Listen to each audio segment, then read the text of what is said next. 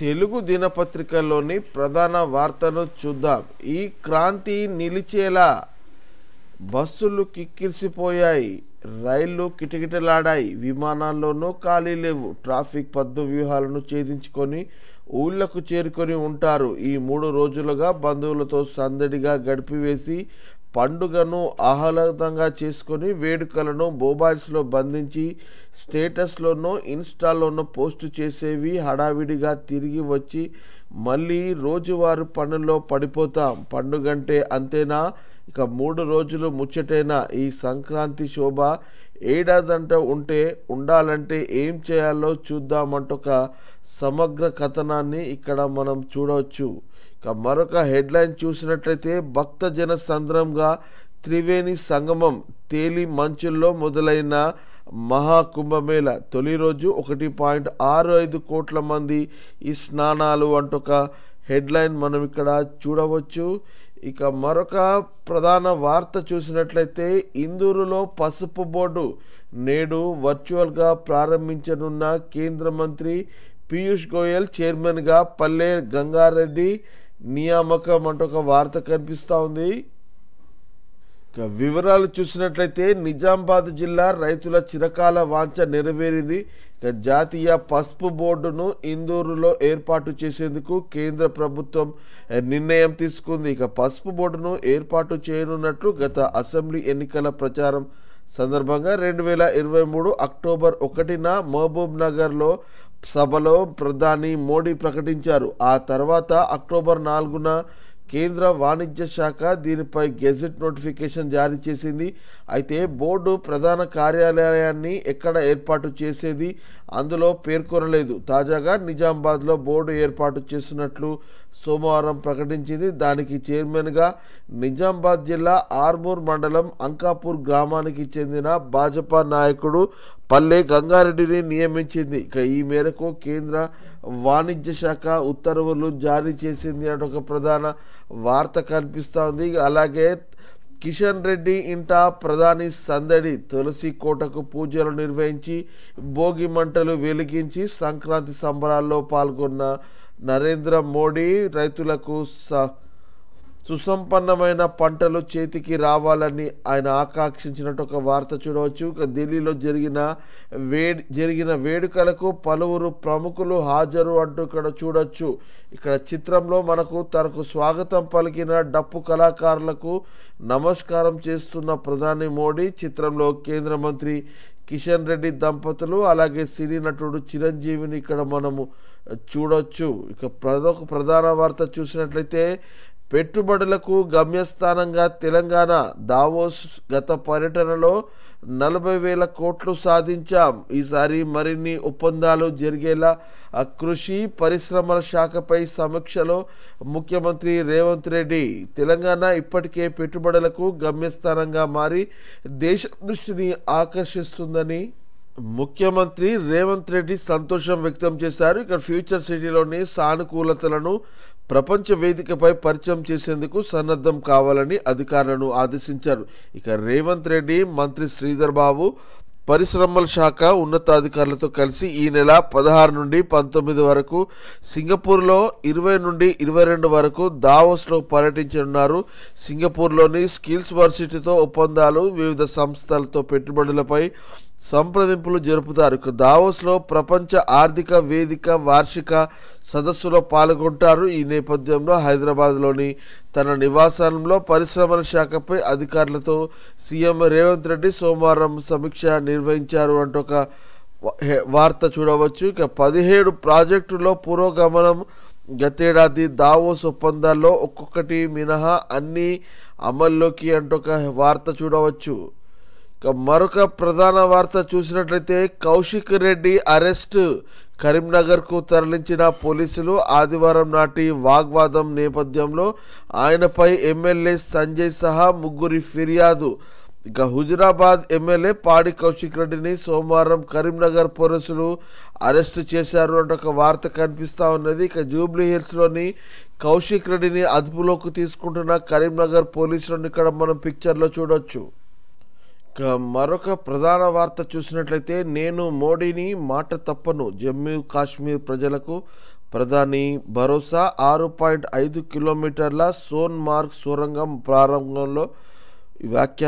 జమ్మూ కాశ్మీర్ ప్రజలకు ఇచ్చిన హామీలను నిలబెట్టుకుంటానని, సరైన సమయంలో సరైనవి జరుగుతాయని ప్రధాని నరేంద్ర మోడీ స్పష్టం చేశారు. ఇక దేశానికి కాశ్మీర్ కిరీటం లాంటిదని, దానిని అత్యంత సుందరంగా సుసంపన్నంగా చూడాలనుకుంటున్నానని ఆయన పేర్కొన్నారు. అయితే అసెంబ్లీ ఎన్నికలకు ముందు రాష్ట్ర హోదా ఇస్తానని ఇచ్చిన హామీని మాత్రం ఆయన ప్రస్తావించలేదు.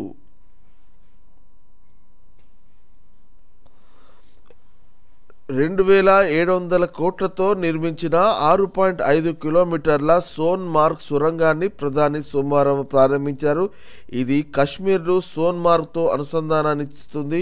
గత ఏడాది ఈ సొరంగం వద్ద జరిగిన ఉగ్రదాడిలో మరణించిన వారికి ప్రధాని నివాళులు అర్పించారు. ఇక ఈ సందర్భంగా జరిగిన కార్యక్రమంలో కశ్మీర్కు రాష్ట్ర హోదా అంశాన్ని ముఖ్యమంత్రి ఒమర్ అబ్దుల్లా ప్రస్తావించారు. ఇక ఎన్నికలకు ముందు ప్రధాని ఇచ్చిన హామీ నెరవేరుతుందని నా మనసు నమ్ముతుందని ఆయన పేర్కొన్నారు. ఆ తర్వాత ప్రసంగించిన ప్రధాని ఈ అంశాన్ని నేరుగా ప్రస్తావించలేదు. నేను మోడీని, మీరు నమ్మండి, మోదీ తన హామీలను నెరవేరుస్తారు అని ఆయన స్పష్టం చేసినట్టు ఒక వార్త కనిపిస్తూ ఉంది. మరొక ప్రధాన వార్త చూసినట్లయితే భక్తజన సంద్రంగా త్రివేణి సంగమం. తీవ్రమైన చలిగాలులు గడ్డకట్టే స్థితిలో నది జలాలు. ఈ వాతావరణంలో సోమవారం ఉదయం ఉత్తరప్రదేశ్లోని ప్రయాగ్రాజ్లో ప్రపంచంలోనే అతిపెద్ద ఆధ్యాత్మిక వేడుక మహాకుంభమేళా మొదలైంది. లక్షల సంఖ్యలో భక్తులు గంగా, యమున అంతర్వాహినిగా భావించే సరస్వతి నదుల సంగమం స్థలిని తెల్లవారుజాము నుంచే పోటెత్తారు. ఇక 12 ఏళ్లకు ఒకమారు జరిగే ఈ కుంభమేళా 45 రోజుల పాటు కొనసాగనుండగా ముగింపు నాటికి 40 కోట్లకు పైగా భక్తులు తరలి వస్తారని అంచనా. ఇక తొలి రోజు దాదాపు 1.65 కోట్ల మంది భక్తులు నది జలాల్లో పుణ్యస్నానాలు చేసినట్లు ఉత్తరప్రదేశ్ ప్రభుత్వం ఓ ప్రకటనలో వెల్లడించింది అంటూ ఒక వార్త కనిపిస్తూ ఉంది. మరొక వార్త చూసినట్లయితే రైతుల జీవితాల్లో వెలుగును నిండాలి అంటున్న భారత అధినేత కేసీఆర్ సంక్రాంతి శుభాకాంక్షలు. రైతుల జీవితాల్లో వెలుగులు నిండాలని భారత అధినేత మాజీ సీఎం కేసీఆర్ ఆకాంక్షించారు. ఇక సంక్రాంతి పర్వదినం సందర్భాన్ని పురస్కరించుకొని రాష్ట్ర ప్రజలు, రైతులకు కేసీఆర్ సోమవారం ప్రకటన శుభాకాంక్షలు తెలిపారు. భోగితో ప్రారంభమై మకర సంక్రాంతి, కనుమతో 3 రోజుల పాటు సాగే సంక్రాంతి వ్యవసాయాధారిత పల్లె సంస్కృతి ప్రత్యేకతను చాటుతుందన్నారు. ఇక భోగి మంటలు, పాడి పంటలు, పిండి వంటలు, రంగవల్లులు, గంగిరెద్దుల ఆటపాటలు, పతంగుల రెపరెపలతో సంక్రాంతి ప్రజలందరికీ భోగభాగ్యాలు తీసుకురావాలని మాజీ మంత్రి కేటీఆర్ పండుగ శుభాకాంక్షలు తెలిపారంటే ఒక వార్త కనిపిస్తూ ఉంది. ఇక వెలుగు దినపత్రికల్లోని ప్రధాన వార్తలను చూద్దాము. హరహర మహాదేవ, ప్రయాగ్రాజ్లో మహాకుంభమేళా షురు. తొలి రోజే 1.5 కోటి మంది పుణ్యస్నానాలు. ప్రయాగ్రాజ్లోని త్రివేణి సంగమంలో సోమవారం తెల్లవారుజామున మహాకుంభమేళా ప్రారంభమైంది. ఇక సోమవారం పుష్య పౌర్ణమి కావడంతో 1.5 కోటి మంది భక్తులు పుణ్యస్నానాలు చేశారు. ఇక బ్రెజిల్, స్పెయిన్, రష్యా, అమెరికాతో పాటు పలు దేశాల నుండి వచ్చిన భక్తులు మహాకుంభమేళా తొలి రోజే త్రివేణి సంగమంలో స్నానాలు చేశారు. ఇక 45 రోజుల్లో 40 కోట్ల మంది వచ్చే అవకాశం ఉందని ఉన్నతాధికారులు అంచనా వేస్తున్నారు అంటూ ఒక వార్తను ఇక్కడ మనము చూడొచ్చు. ఇక మరొక హెడ్లైన్ చూసినట్లయితే సాంప్రదాయాల వేడుక సంక్రాంతి ప్రజలు రెట్టింపు ఉత్సాహంతో జరుపుకుంటున్నారు అంటున్న మోదీ. ఇక ఢిల్లీలోని కిషన్ రెడ్డి నివాసంలో వేడుకల్లో పాల్గొన్న ప్రధాని మోడీని ఇక్కడ పిక్చర్లో మనము చూడవచ్చు. మరొక ప్రధాన వార్త చూసినట్లయితే తొలి ఏడాదిలోనే భారీగా పెట్టుబడులు. దావోస్లో ఒప్పందాలు కుదిరిన 17 ప్రాజెక్టుల పనులు షురు. సీఎంకు వివరించిన అధికారులు. ఇక రాష్ట్ర ఇండస్ట్రియల్ పాలసీ అందరినీ ఆకర్షిస్తుంది అంటున్న సీఎం రేవంత్. ఎకానమీ అభివృద్ధి, సంక్షేమం నిలబెట్టాయని వెల్లడి. ఈ నెల 16 నుండి 22 వరకు సీఎం విదేశీ పర్యటన అంటూ ఒక హెడ్లైన్ను మనం చూడొచ్చు. ఇక వివరాల్లోకి వెళ్తే భారత్ ప్రభుత్వం ఏర్పాటైన తొలి ఏడాదిలోనే రాష్ట్రానికి భారీగా పెట్టుబడులు వచ్చాయని సీఎం రేవంత్ అధికారులు వివరించారు. ఇక నిరుడు దావోస్ పర్యటనలో ప్రభుత్వం ఒప్పందం చేసుకున్న ఏ కంపెనీలు రాష్ట్రంలో కార్యకలాపాలను ప్రారంభించాయి, అవి ఏ దశలో ఉన్నాయి అని అధికారులను సీఎం అడిగి తెలుసుకున్నారు. ఇక దాదాపు 18 ప్రాజెక్టులకు ఒప్పందాలు కుదరగా వీటిలో దాదాపు 17 ప్రాజెక్టుల పనులు ప్రారంభమయ్యాయని అధికారులు వెల్లడించారు. ఇక 10 ప్రాజెక్టులు వేగం పుంజుకున్నాయని, 7 ప్రాజెక్టులు అమలు ప్రారంభం దశలో ఉన్నాయని వివరించారు. ఇక జూబ్లీహిల్స్లోని తన నివాసంలో పరిశ్రమల శాఖపై అధికారులతో సీఎం రేవంత్ రెడ్డి సోమవారం సమీక్ష నిర్వహించారు. ఇక ఈ నెల 20 నుండి దావోస్ పర్యటనల నేపథ్యంలో రాష్ట్రంలో పెట్టుబడుల సమీకరణ, వాటి పురోగతిపై చర్చించారు. ఇక నేరుడు దావోస్లో జరిగిన వరల్డ్ ఎకనామిక్ ఫోరం సదస్సులో చేసుకున్న ఒప్పందాలతో రాష్ట్రానికి 40,232 కోట్ల పెట్టుబడులు వచ్చాయి. ఇందులో 14 కంపెనీలు, ప్రముఖ కంపెనీలు రాష్ట్రంలో పెట్టుబడులు పెట్టేందుకు ముందుకు వచ్చాయని ఆయన అధికారులకు వివరించినట్టు ఒక వార్త కనిపిస్తూ ఉన్నది. ఇక మరొక హెడ్లైన్ చూసినట్లయితే నిజామాబాద్లో పసుపు బోర్డు నేడు వర్చువల్గా ప్రారంభించనున్న గోయల్ అరవింద్ బోర్డు చైర్మన్గా పల్లె గంగారెడ్డి ఉత్తర్వులు జారీ చేసిన కేంద్ర వాణిజ్య శాఖ అంటూ ఒక వార్త కనిపిస్తూ ఉన్నది.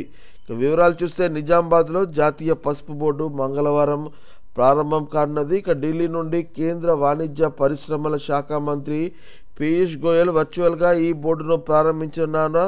ఇక కార్యక్రమంలో గోయల్తో పాటు నిజామాబాద్ ఎంపీ అరవింద్ పాల్గొంటారు. ఇక బోర్డు చైర్మన్గా నిజామాబాద్ జిల్లా అంకాపూర్ వాసి బీజేపీ సీనియర్ నేత పల్లె గంగారెడ్డిని కేంద్రం నియమించినట్టు ఒక వార్త కనిపిస్తూ ఉన్నది.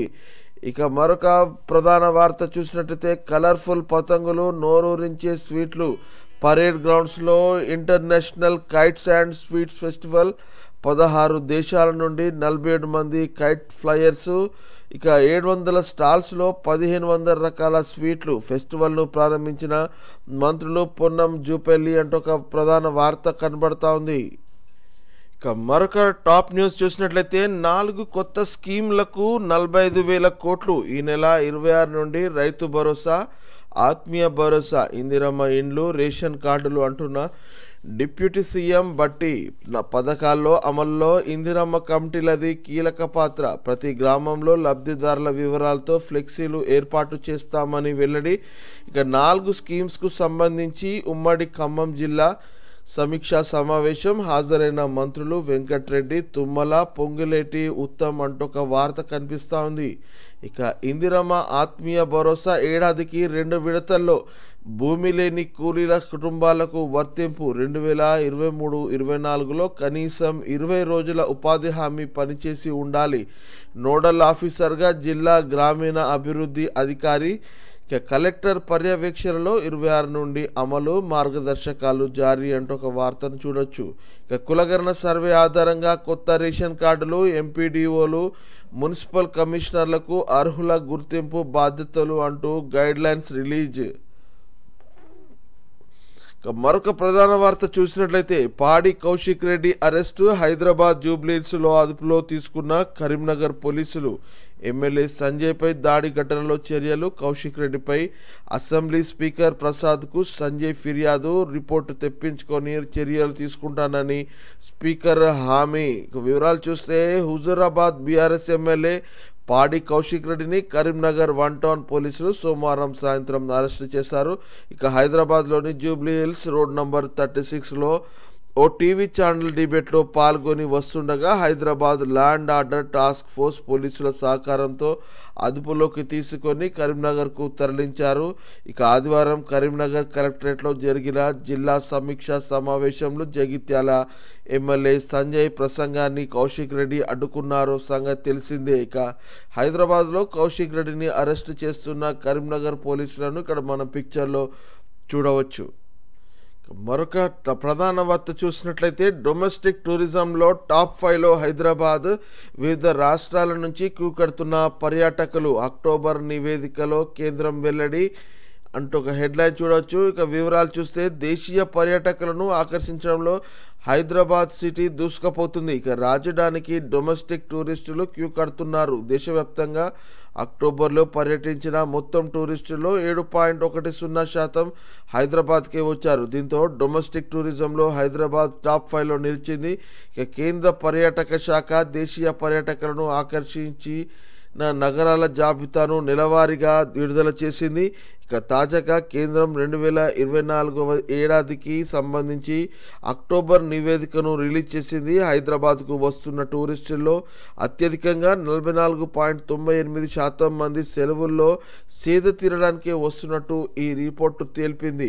ఇక వ్యాపారం కోసం వస్తున్న టూరిస్టులు 15.95%, టెంపుల్స్కు వచ్చేవారు 4.86%, చదువు కోసం వచ్చేవారు 1.81% మంది ఉన్నట్లు నివేదిక వెల్లడించింది అంటే ఒక వార్త చూడొచ్చు. ఇక నమస్తే తెలంగాణ దినపత్రికలోని ప్రధాన వార్తలను చూద్దాం. ఇక తెలంగాణ సాగుకు సంక్రాంతి శోభ, వ్యవసాయానికి రైతు సంక్షేమానికి పెద్దపీట వేసిన ఘనత బీఆర్ఎస్దే, రాష్ట్ర ప్రజలకు కేసీఆర్ సంక్రాంతి శుభాకాంక్షలు అంటూ ఒక ప్రత్యేక వార్త ఇక్కడ మనం చూడవచ్చు.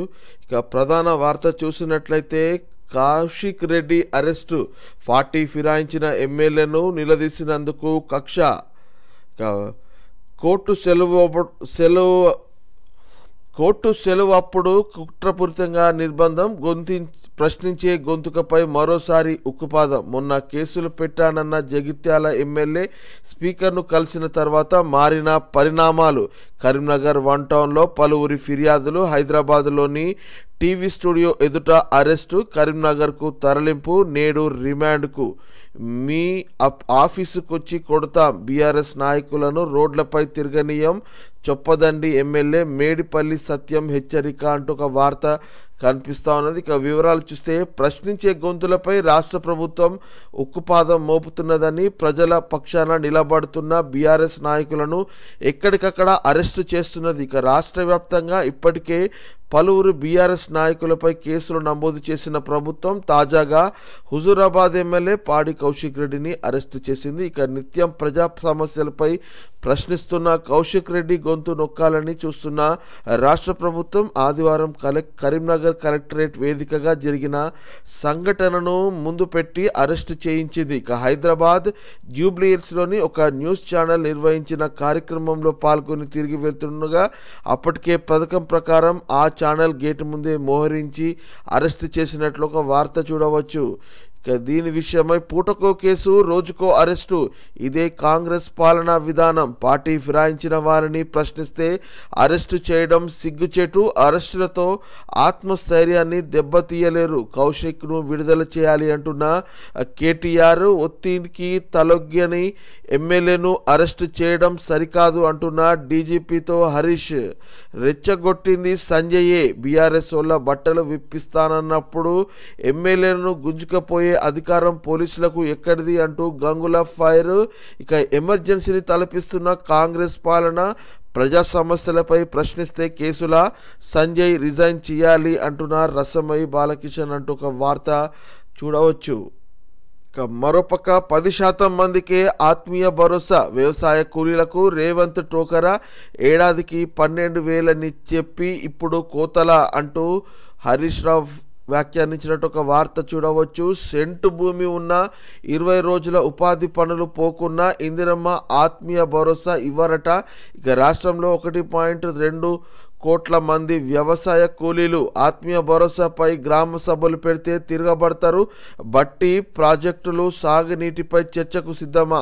మదిర, ఖమ్మం సెక్రటేరియట్ ఎక్కడికైనా సరే లెక్కతో వస్తా, చర్చకు రాకుంటే క్షమాపణ చెప్పు. బీఆర్ఎస్ నిలివ్వలేదని బట్టి తప్పుడు మాటలు. రేవంత్ ఇచ్చిన రుణమాఫీ చెక్కుకు పతారు లేదు, 2,750 కోట్లు ఖాతాల్లో జమ కాలేదు అంటూ హరీష్ రావు వ్యాఖ్యానించినట్టు ఇక్కడ ఒక ప్రధాన వార్త కనిపిస్తూ ఉంది. అలాగే ఇక్కడ పిక్చర్లో పుష్యమాసం పౌర్ణమి వేళ 144 ఏండ్ల తర్వాత ఉత్తరప్రదేశ్లోని ప్రయాగ్రాజ్లో సోమవారం మహాకుంభమేళా భక్తి శ్రద్ధలతో ప్రారంభమైంది. ఇక పుణ్యస్నానాలు ఆచరించిన లక్షల మంది భక్తులు అంతరంగంలో ఆత్మానుభూతిని పొంది పరవశించిపోయారు. ఇక భారతీయ సంస్కృతి వారసత్వాలకు ఈ ఆధ్యాత్మిక వేడుక నిదర్శనంగా నిలిచిందని విదేశీ యాత్రికులు సైతం ప్రశంసించినట్టు ఇక్కడ ఒక పిక్చర్ చూడవచ్చు.